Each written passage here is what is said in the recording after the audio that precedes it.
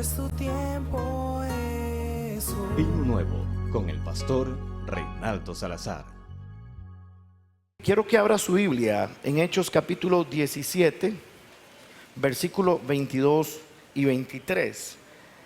Entonces Pablo, puesto en pie en medio del Areópago, dijo: varones atenienses, en todo observo que sois ¿cómo? ¿Muy qué?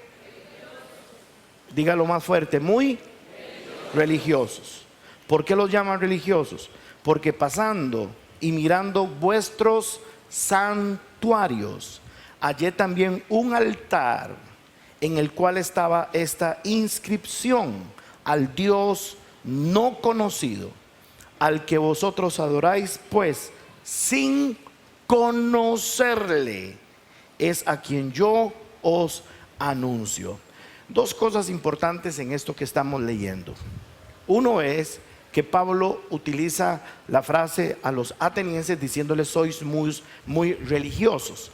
Y lo segundo es que ellos adoran a un Dios que no conocen. Déjeme ampliar esto, por favor, y quiero que usted me ponga atención. Hoy lo que quiero compartir con ustedes, hermano, es solamente el fundamento para que ustedes cobren conciencia de qué tipo de enfermedad, qué tipo de mal puede haber en su corazón, puede haber en su mente individual o sociológica, que puede estorbarnos de una manera altamente significativa para que usted no tenga vida de oración adecuada y para que su relación con Dios esté atropellada. Cuando estamos leyendo este versículo, se menciona el Areópago. El Areópago es una sala especial, es un lugar especial, un anfiteatro en Atenas, en Grecia, donde históricamente el Areópago era el lugar más importante, algo así como la catedral de la filosofía griega. Al Areópago llegaban los más renombrados filósofos a exponer sus teorías, sus filosofías. Pablo se encuentra predicando en Atenas, y mientras él está predicando, algunos filósofos lo escuchan y lo invitan para que llegue a ese salón, a ese anfiteatro, al Areópago, y que ahí exponga todas esas palabras que ellos le están escuchando. Cuando el apóstol Pablo llega al Areópago, él empieza a hablarles a ellos y les dice: he encontrado, número uno, que ustedes son muy religiosos. O sea, ¿qué es el énfasis que Pablo está diciéndole a este grupo de gente? Que ellos tienen un espíritu de religiosidad. Permítame, hay un libro que se llama La Teogonía griega. De hecho, la palabra Dios viene de la palabra griega Deus, y la palabra Deus viene del nombre del dios más importante del Olimpo, Zeus. Zeus era el nombre que le daban los griegos al dios más importante. De ahí la palabra griega Deus es una palabra que se recicla. Para no decir Zeus, se habla de Deus. Deus significa ser supremo, y nosotros la traducimos como Dios. ¿Me estoy dando a entender? Entonces, en la teogonía griega es algo así como la Biblia de la filosofía griega. En la teogonía se habla acerca de todos los dioses del Olimpo. Los griegos eran politeístas. Ellos levantaban estructuras llamadas altares, ponían las imágenes, las placas en los altares de ese dios, y cada quien a su propio criterio elegía el dios o la diosa que más le agradaba, que más le convenía, y obviamente le rendía culto a esos dioses. Para cada uno de esos dioses habían sacerdotes y sacerdotisas que oficiaban para cada uno de los dioses. Habían inclusive hasta pleitos entre los sacerdotes, diciéndose entre ellos cuál dios era mejor que el otro, cuál dios era más poderoso. Entonces el apóstol Pablo aparece en la escena evangelizando, desde luego Atenas, está evangelizando Grecia, y cuando él llega a evangelizar, obviamente lo primero que se topa en la ciudad es que la ciudad de Atenas está llena de altares a los diferentes dioses. Y cuando él observa esa cantidad enorme de altares, él inmediatamente intuye y sabe que esa sociedad, que ese grupo de gente son personas que tienen un espíritu religioso, que son demasiado religiosos. Quiero que me ponga atención acá. La palabra religión tiene aproximadamente 7 definiciones. Primero, puede significar tributar culto a una divinidad. Entonces la religión se define como la acción de una persona que le tributa, que le ofrece culto a una divinidad. Segunda definición, se define como cumplir un deber piadoso o religioso. O sea, la religión es cuando una persona hace un esfuerzo por sí misma para agradar a ese Dios. O sea, la persona, para poder estar cerca de ese Dios, la persona tiene que hacer algo, tiene que hacer un sacrificio, tiene que cumplir con reglas, tiene que cumplir con tributos. Tercera definición de religión: cuidado del aspecto externo. O sea, la religión tiene que ver con el esfuerzo humano que se hace porque las personas cuiden lo que es externo, lo que tiene apariencia, lo que comulga con el acuerdo, déjeme ver si me logro explicar, lo que comulga con el acuerdo socioantropológico. Lo explico. Socialmente, un grupo que a partir de su contexto antropológico, a partir de sus valores sociales, humanos, a partir de sus elementos culturales, el grupo define quién es ese Dios y cuáles son las responsabilidades o los deberes con ese Dios o con esa deidad.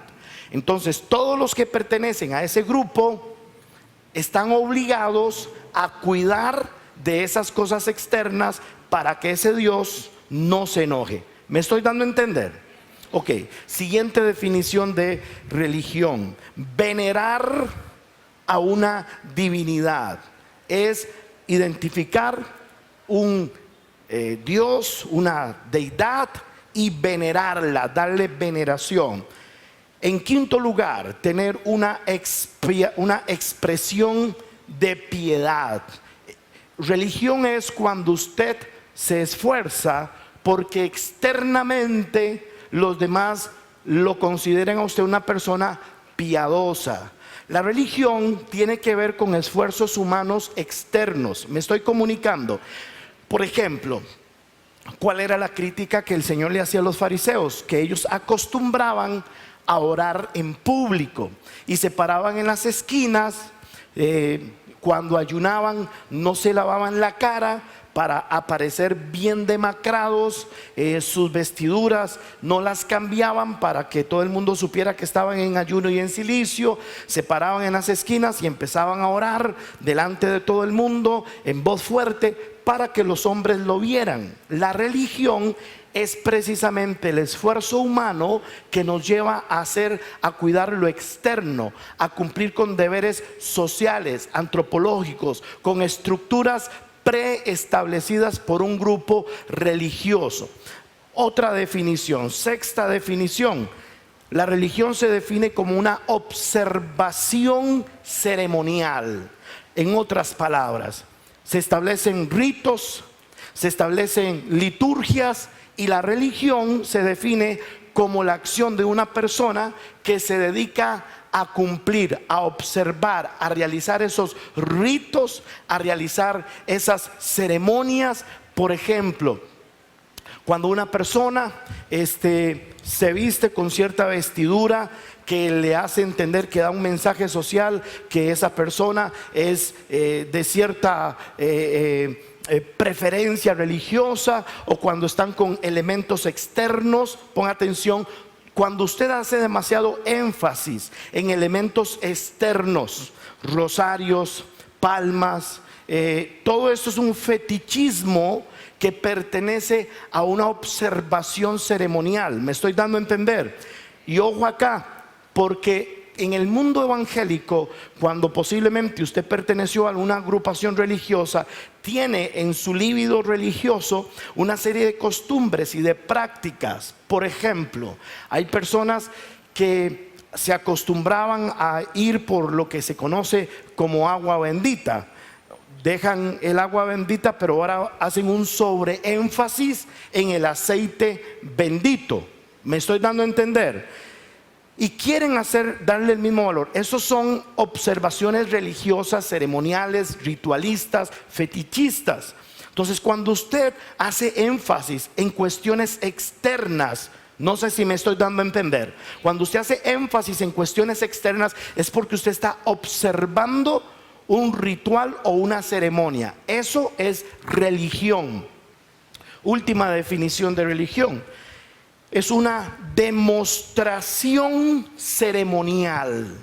La religión es una demostración ceremonial o ritual. Entonces, la religión nos lleva a nosotros a hacer una serie de cosas, costumbres, prácticas.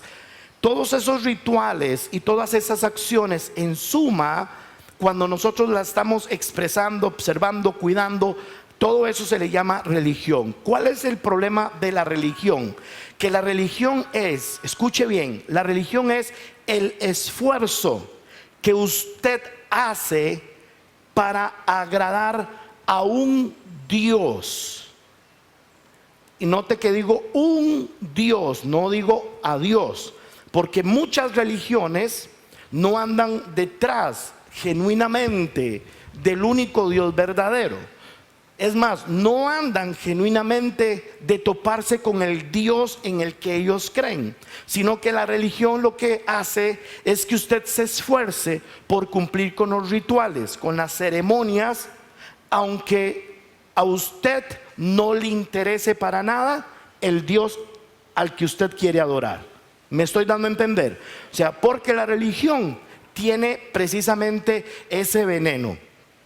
La religión lo puede mantener a usted muy entretenido en una serie de rituales y de ceremonias y de actividades religiosas que usted cree o considera que haciendo todas esas cosas usted le agradó a ese Dios que estará en alguna parte, que estará en algún lugar, que no es cercano a usted, pero usted en la religión cree que haciendo todo eso, ese Dios lo debe estar viendo con algún telescopio, con algo desde alguna parte, y diciendo de usted: ¿qué carga esa persona? Está cumpliendo con eso. El problema de la religión es que no lo acerca a usted a Dios. ¿Alguien me está oyendo? De ahí la gran diferencia entre una religión y una relación. Diga conmigo: relación. De nuevo, diga: relación. Ahora, permítame, hermano, ¿qué está diciendo Pablo? Pablo le está diciendo a los atenienses: he notado que ustedes son muy religiosos, tienen altares para Afrodita, para Zeus, para el dios del Hades, tienen para este, para el otro. Hay altares de altares de altares de altares para todos los gustos y tamaños. Y por si se les hubiera olvidado, dice Pablo, encontré que hay un altar que solo tiene una inscripción que dice: al Dios no conocido. En otras palabras, si nos hace falta algún Dios, para que no se resienta, le tenemos el altar también. O sea, hay de todos colores y tamaños. Una persona religiosa tiene la tendencia a decir: todos tenemos el mismo Dios. Y no es cierto. ¿Alguien me está oyendo? Una persona religiosa tiene la tendencia a hacer un mix, a hacer una mezcla sincrética. Agarra de este grupo, agarra de este grupo, agarra, porque para esa persona en su religiosidad todos están bien, nadie está mal, y simplemente agarra de aquí y de por allá y hace su propio cóctel religioso, se lo bebe y ahí se sostiene. Lo que no se da cuenta es que no tiene relación con Dios. ¿Me estoy dando a entender? Nada más para que usted pueda irse ubicando, déjeme mencionarle un poco la historia de las religiones para que usted cobre conciencia de que le estoy hablando. 3000 años antes de Cristo existía lo que se conoce como el animismo o el espiritismo. ¿Qué es el animismo? Es la adoración de todos los personas que en una época de la civilización humana no tenían nada estructurado, no tenían mayor información.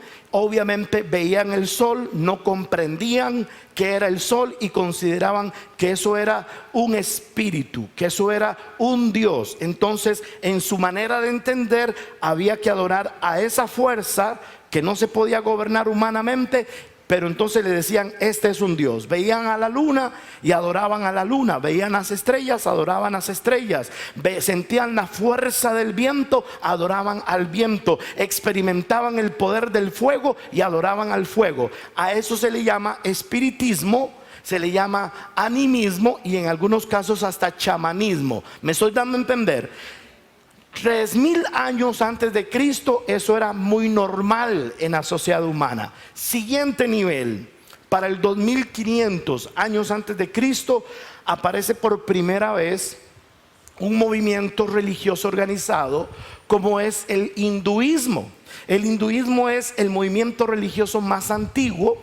Aparece con los famosos Vedas. Los Vedas son los escritos religiosos en sánscrito, que es el lenguaje más antiguo del mundo. Entonces estos Vedas, que son libros sagrados escritos en sánscrito, son los que le dan el asidero al hinduismo. El hinduismo tiene su mayor asidero en la India y es quizás el movimiento religioso más antiguo. Seguimos hacia adelante. Para el año aproximadamente 2500 también se desarrolla todo el politeísmo babilónico y el politeísmo egipcio. ¿Qué estoy hablando?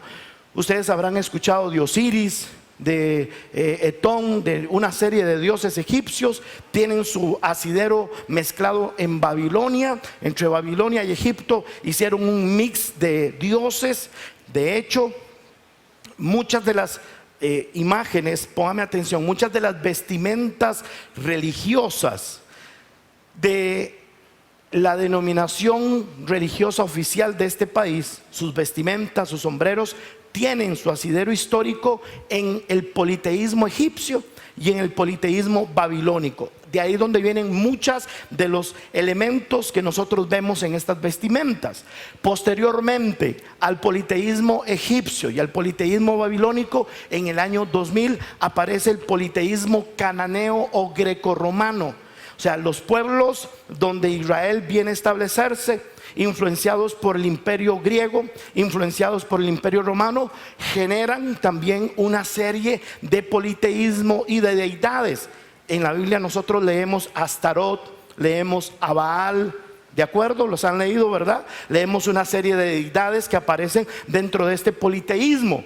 Ahora, dentro de esa realidad, señoras y señores, politeísta de tantas religiones, nosotros tenemos que ver cómo nace el judaísmo. El judaísmo es la religión de los judíos que nace aproximadamente 2000 años antes de Cristo. ¿Por qué menciono el judaísmo? Porque a diferencia de lo que hasta aquí había ocurrido hacia atrás, hermanos, cerca de 1000 años hacia atrás, había un movimiento politeísta en toda la civilización humana. El judaísmo es un movimiento inspirado por Dios en el mundo judío, que es monoteísta, que en lugar de adorar a muchos dioses, empieza a adorar al único Dios verdadero. Amén. Paralelamente, mientras en Canaán, en Israel, en el cercano oriente, se está levantando el pueblo de Israel como un pueblo monoteísta, en el resto de las naciones de Europa, el Oriente Medio y el lejano Oriente, la India y aún lugares de África, se sigue cultivando el politeísmo. Algunas otras religiones que ustedes las habrán escuchado son el zoroastrismo, que es impulsado por Zoroastro, que surge más o menos en el 1500 antes de Cristo, el sintoísmo, el confucianismo, el budismo, el taoísmo, el jainismo. Todas estas son religiones orientales que surgen entre el 1500 antes de Cristo hasta más o menos el 500 años antes de Cristo. Para el año 0 viene Jesucristo, y en el año 0, o sea, hace 2000 y resto de años, con la aparición de Jesús, se levanta un movimiento que dentro de los términos socio-religiosos se conoce como la religión cristiana. ¿Me estoy explicando hasta aquí? ¿Me van siguiendo, señores? Ok, esto puede que le parezca a usted árido, pero le va a ayudar después para su relación con Dios. Aparece Jesús y de ahí se levanta el movimiento conocido como cristianismo. Es el segundo movimiento, póngame atención, es el segundo movimiento monoteísta. ¿De dónde surge el cristianismo? Surge del contexto religioso judaísmo. Del judaísmo sale el cristianismo. ¿Por qué? Porque tanto el judaísmo creen en un único Dios como el cristianismo creen en un único Dios. ¿Me estoy dando a entender?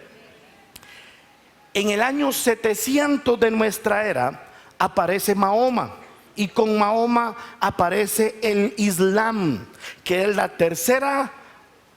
tercer movimiento religioso que también es monoteísta. Solamente hay 3 movimientos religiosos en todo el espectro religioso del mundo que son monoteístas: el judaísmo, el cristianismo y el Islam. Los 3 movimientos tienen un mismo origen: Abraham es el fundador del judaísmo, Abraham es el padre de la fe en el cristianismo, y Abraham es el fundador también del Islam a través de Mahoma.